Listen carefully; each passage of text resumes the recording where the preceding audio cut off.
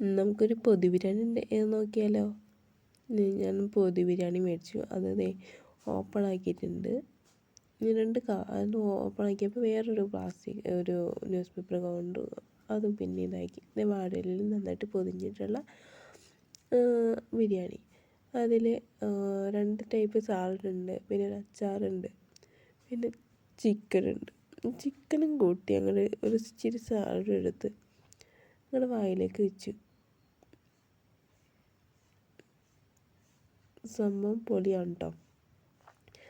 Video shoot കഴിഞ്ഞപ്പോൾ ഞങ്ങളൊക്കെ കാക്കക്കുട്ടി കളിയിട്ട് പോലെ എല്ലാവരും കൂടെ വന്നത് ബിരിയാണി തിന്നാൻ തുടങ്ങി. ബിരിയാണി അവിടെ നിന്ന് മൊത്തം ഇരുന്ന് ഞങ്ങൾ നിന്ന് തീർത്തു. പടപടാന്ന് നിന്ന് തീർത്ത്. എത്ര പെട്ടെന്ന് അത് നിന്ന് തീർത്തതെന്ന് അറിയാൻ പാടില്ല. എന്താണെന്ന് പറയുക, ഈ എല്ലാവരും കൂടെ കഴിക്കുമ്പോൾ ഒരു പ്രത്യേക ടേസ്റ്റാണ് കേട്ടോ.